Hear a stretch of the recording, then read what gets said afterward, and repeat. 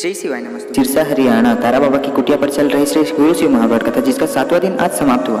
अगर आप किसी कारणवश कथा नहीं सुन पाए हो तो इस कथा में बताए गए सभी पत्र एवं सूचनाएं तथा सभी उपाय इस वीडियो के माध्यम से बताए गए हैं। कथा का मुख्य उपाय कुंदकेश्वर महादेव का है। वीडियो में अंत तक जरूर बने रहे क्योंकि आज कथा का अंतिम दिवस है। आपकी जो भी मनोकामनाएं हैं उसे आज जरूर मांगे।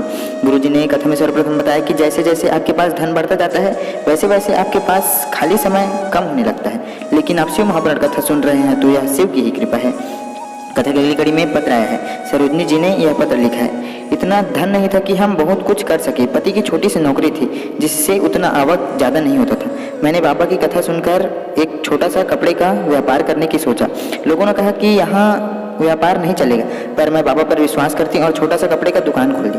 पहले तो थोड़ा हानि हुई, पर मैंने शिव मंदिर जाना नहीं छोड़ा। बाबा के मंदिर में झाड़ू लगाती, बेलपत्र के नीचे दीपक लगाती, बेलपत्र के वृक्ष के नीचे दीपक लगाती। आज मेरा व्यापार बाबा ने इतना बढ़ा दिया है कि मुझे करोड़ों का टर्नओवर मिलता है। मैं इसी का आभार व्यक्त करने कथा में आया। इसी कड़ी में गुरुजी ने आगे बताया कि अगर बाबा आपको मन चाहे इच्छा पूरी कर रहे हैं, बाबा आपकी मन चाहे इच्छा पूरी कर, जितना मांग रहे हो उतना दे रहे हैं, तो कभी इसका अभिमान नहीं करना, कभी अपने अंदर इसका अभिमान आने नहीं देना। जितना बाबा दे रहे हैं उसको दोनों हाथों से इतना लुटाओ कि उस धन सही उपयोग हो। गुरुजी ने आगे बताया, गुरु नानक ने एक बात कही थी कि अगर तुम रब यानी भगवान की सेवा नहीं कर सकते तो अपने आसपास के लोगों की सेवा करो, भगवान उसी से प्रसन्न हो जाते हैं। गुरुजी ने एक बात बहुत अच्छी कही है कि पारसमणि तो केवल लोहे को सोना बनाती, लेकिन शिवलिंग पर चढ़ा हुआ एक लोटा जल सभी को अमृत के समान प्राप्त होती है। कथा की अगली कड़ी में एक पत्र आया है। मनीषा जी ने यह पत्र लिखा जिसमें उन्होंने बताया है कि मेरा बेटा 3 साल का है। जन्म से ही वो बीमार रहता है, उसका शरीर काम नहीं करता है। वह जन्म से ही मेरा बच्चा बीमार हो गया है। उसे दौरा आना शुरू हो गया, पूरा शरीर नीला पड़ गया है। डॉक्टर ने कह दिया कि इसे ऐसे ही हमेशा झटके आते रहेंगे, ये ठीक नहीं होगा, उसका दवाई कभी बंद नहीं होगा। मेरे बेटे को रोज झटके आते, एक दिन में कई बार मिनटों में झटके आ जाते। मेरा बेटा दर्द से परेशान रहता था, दिन में उसे 3 सुई भी लगती थी। हमारी पड़ोसियों ने बताया कि वो सीहोर वाला महाराज कथा कहता है, रुद्राक्ष के बारे में बताता है। तभी हमने आपकी कथा सुनी और रुद्राक्ष महोत्सव में हम सीहोर पहुंच गए। वहां जाकर हमने कहीं होटल में नहीं रुका, रूम नहीं लिया, बाबा की धरा पर गए और अपने बेटे को आपकी धरा में लेटा दिया और वहाँ रुद्राक्ष वितरण बंद हो गया था। तभी रात में एक बालक आया और हमें रुद्राक्ष देकर चला गया। वो स्वयं भोलेनाथ के रूप में आया। आपने वहाँ की कथा में अशोक सुंदरी वाली जगह पर धतूरे के फूल का उपाय बताया था जिसे हमने किया और मेरे बेटे का झटका कम हो गया। आपने फिर सावन शिवरात्रि का अभिषेक करा जिसे हमने किया और मेरा बेटा जो 3 साल से बीमार था वह 14 जुलाई 2030 से चलने फिरने एवं खेलने लगा। मैं इसी का आभार व्यक्त करने कथा में। गुरुजी ने एक बात बहुत अच्छा उदाहरण देकर बताया है। एक बालक नाई की दुकान पर बाल कटा रहा था। वो बालक अच्छे संस्कारों वाला भोलेनाथ का भक्त था। वो नाई भगवान को अब शब्द बोलता, भगवान मेरी क्यों नहीं सुनता, इस प्रकार की बातें कहता, जो उस बालक को सहन नहीं हुआ। बालक बाल कटाने के बाद उसने नाई से कहा कि बाहर में जो व्यक्ति जा रहा है जाओ उसका बाल काट दो। नाई बोला वो मेरा दुकान में नहीं आया है तो मैं उसका बाल कैसे काटूंगा। फिर बालक ने कहा कि उसी तरह तुम भी भोलेनाथ के द्वार तक तो जाओ, भोलेनाथ तेरे दुख नहीं काटेंगे तो फिर आकर मुझसे कहना। कथा की अगली घड़ी में प्रभा ने पत्र लिखा है। मेरा बेटा 5 साल का हो गया था पर बोलता नहीं था। कोई माइंड से बेकार कहता, कोई गूंगा बोलता, कई बार अपशब्द बोलते। 5 साल का मेरा बेटा नहीं बोलता था, उसकी वाणी नहीं थी। तब 2021 में आपकी कथा सुनी, तभी आप अशोक सुंदरी वाली जगह पर दुर्गा वाली उपाय बताए जिसे हमने किया और टीवी के सामने आसन लगाकर कथा सुनी और बाबा से निवेदन किया और 5 साल बाद मेरा बेटा बोल पड़ा। मैं इसी का आभार व्यक्त करने कथा में आई हूँ। कथा किसी अगली कड़ी में दिनेश कुमार ने पत्र लिखा। मैं 15 साल का बेटा हूँ। मेरे लीवर में दिक्कत थी, मेरे पेट में दर्द होता था। डॉक्टरों ने कहा तुम्हारे लीवर में इन्फेक्शन है, तुम गेहूं की रोटी नहीं खा सकती, अन्न नहीं खा सकती।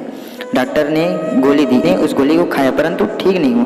तभी हमने आपकी कथा सुनी और मेरे जीजा के साथ सितंबर में कुबरेश्वर धाम पहुंचे और वहां से रुद्राक्ष लेकर आए तथा रुद्राक्ष को तांबे के लोटा में गलाकर शिव जी पर चढ़ाया और उसे झेल कर नंदी के पास बैठकर नंदी जी से कहा कि आज से मैं अन्न मतलब गेहूं की रोटी खाने जा रहा हूँ और गोली भी छोड़ रहा हूँ। अब आप ही का भरोसा है बाबा।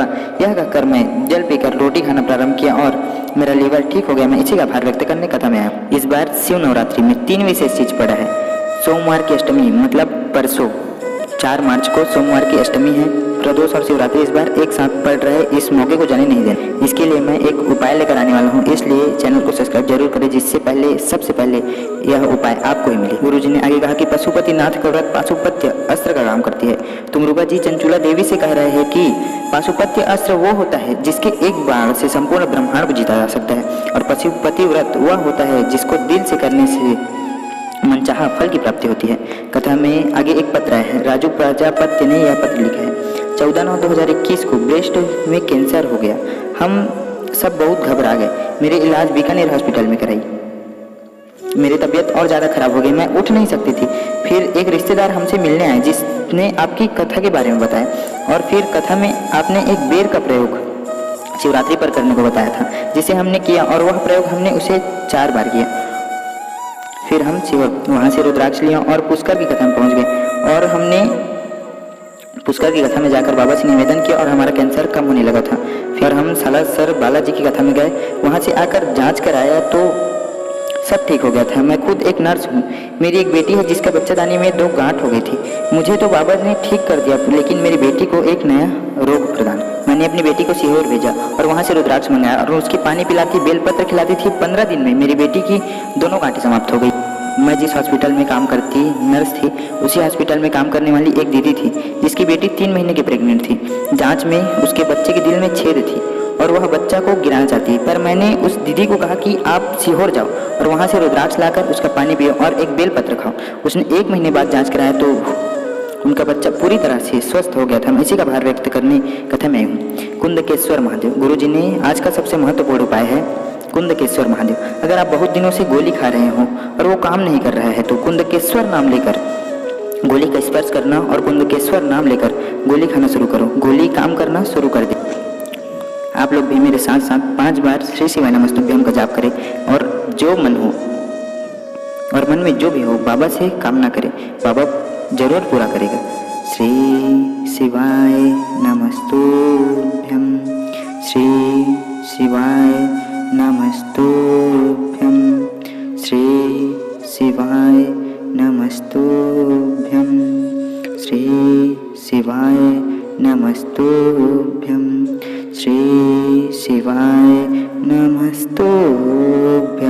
अब आपके मन में जो भी कामना हो मांग ले बाबा से, वो जरूर पूरा करेगा। श्री शिवाय नमस्तुभ्यम।